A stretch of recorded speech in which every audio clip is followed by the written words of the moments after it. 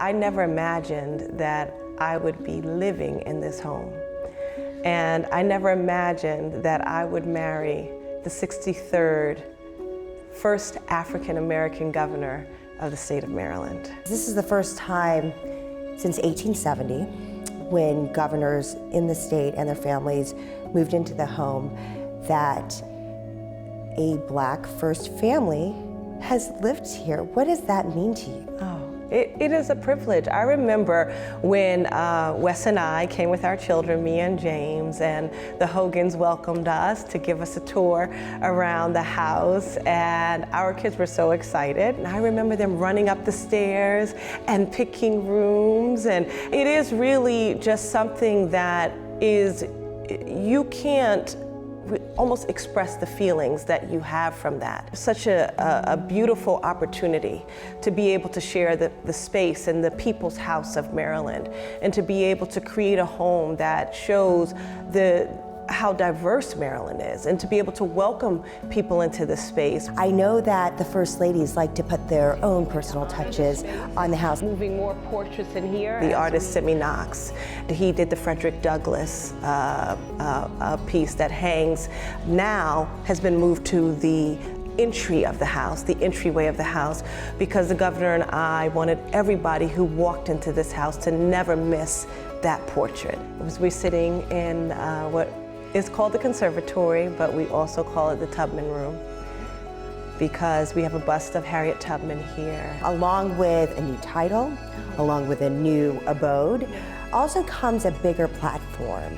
And so have you had time to think about some of the issues that you want to take on firsthand? So I was diagnosed with MS in my late 20s. My first symptom was I lost taste in my mouth. And then I had the double vision, and then my gait was off. This is something that women of color, particularly Black women, were misdiagnosed for a very long time. Just because I didn't have residual effects doesn't mean I don't worry about it. So with MS, people are waiting for the other shoe to drop.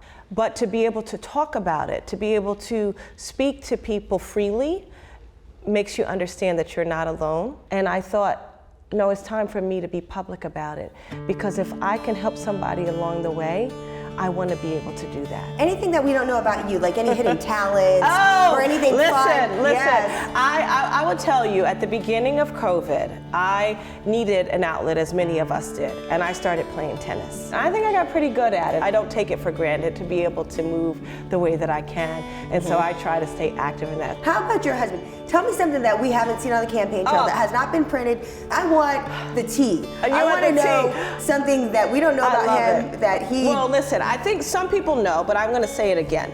He is an amazing singer. My husband has a beautiful voice. You got any videos? Won't you help to sing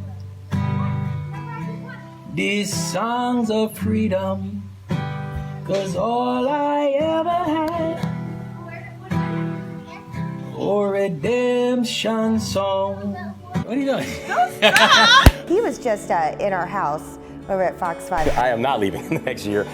Listen, the president's going to run, and I'm going to support his re-election campaign. I have to ask you, what if the president doesn't run again? Well, listen, I think my husband is absolutely right. He didn't apply for this job to go to the next job. What he wanted to do was take his public service to the next level. And he's so honored to have this opportunity. So the future holds what it holds, right? But he's going to finish the job here, and that I know.